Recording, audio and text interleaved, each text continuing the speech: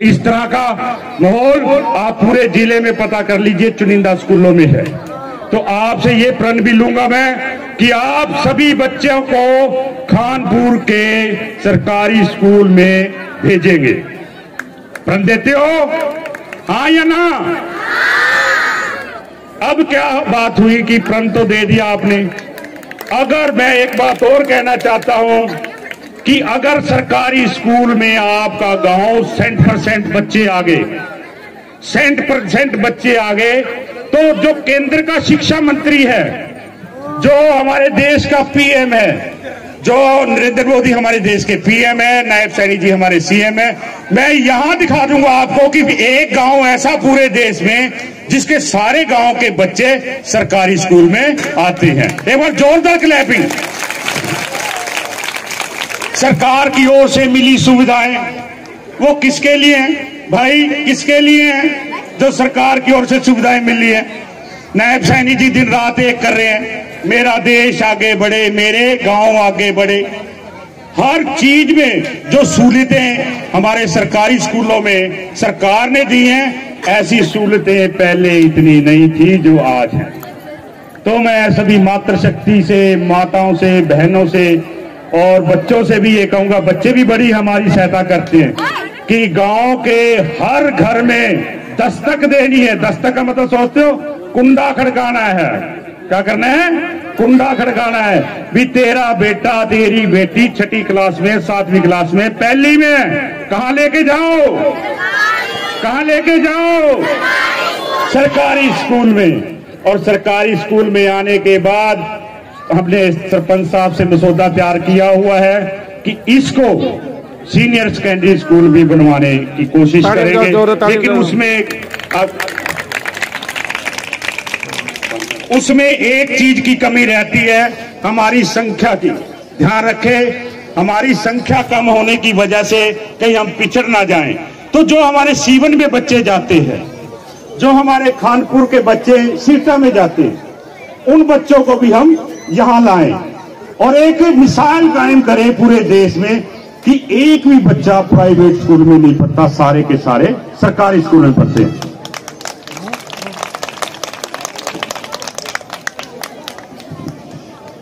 तो एक बात जरा और सुनना,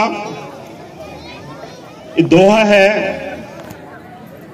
कुआं सबका एक है, कुआं सबका एक है, पानी बर्तन एक, बर्तन में ही भेद है, पानी सब में एक। ध्यान रखिए, बच्चे पूरे भगवान का रूप होते हैं। हम भेदभाव करते हैं, इसको लड़की को नहीं पढ़ाएंगे, इसको 8वीं तक पढ़ाएंगे, यहाँ स्कूल 8वीं तक का है, आगे नहीं भेजेंगे। बिल्कुल नहीं। हमने ऐसा बर्तन बनाना है जिसमें यहाँ का बच्चा पीएचडी करे और अगले देशों में जाके पढ़ाई करके देश का, गांव का अपना नाम रोशन करे। ऐसा स्कूल चाहते हैं। प्यारे बच्चों, पुरानी कहावत है, ध्यान से सुननी है आपने, मातृशक्ति ने ध्यान से सुननी है। मातृशक्ति को जब हम कहते हैं ना ध्यान से सुननी है, वो 2 प्रकार के कार्य होते हैं। एक तो उनके कानों में पड़ेगी, दिमाग में चली गई। दूसरा, जब दिमाग और कानों में चली जाती है तो घर के पूरे परिवार में चली जाती है वो बात। तो इसलिए मैं बार बार मातृशक्ति को कह रहा हूं। मगध राज्य की बात थी।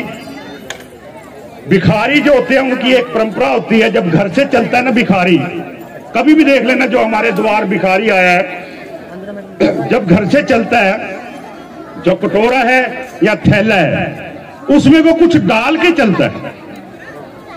जब डाल के चलता है, उसका क्या कारण है?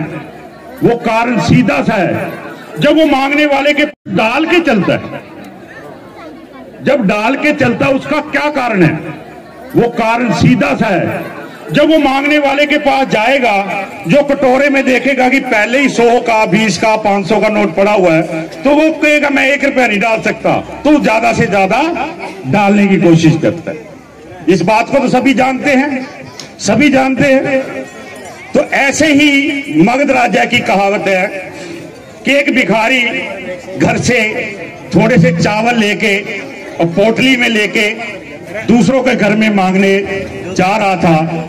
तो रास्ते में उसने देखा कि उधर से एक सोने का रथ आ रहा है। बेटे, सोने का रथ आ रहा है। अब सोने का रथ आता देख भिखारी की बाछें खिल गई खुशी के मारे।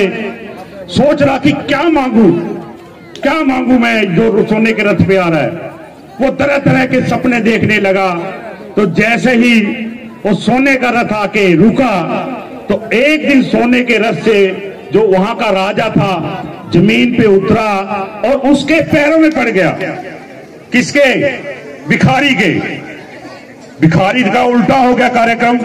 मांगना तो उसने था और राजा उसके पैरों में पड़ा है। तो अब कह रहा है, राजा कह रहा है भी मैं घर से ये सोच के चला था कि आज मेरे को जो शख्स पहला मिलेगा उससे मैं कुछ ना कुछ दान लूंगा। क्या लूंगा?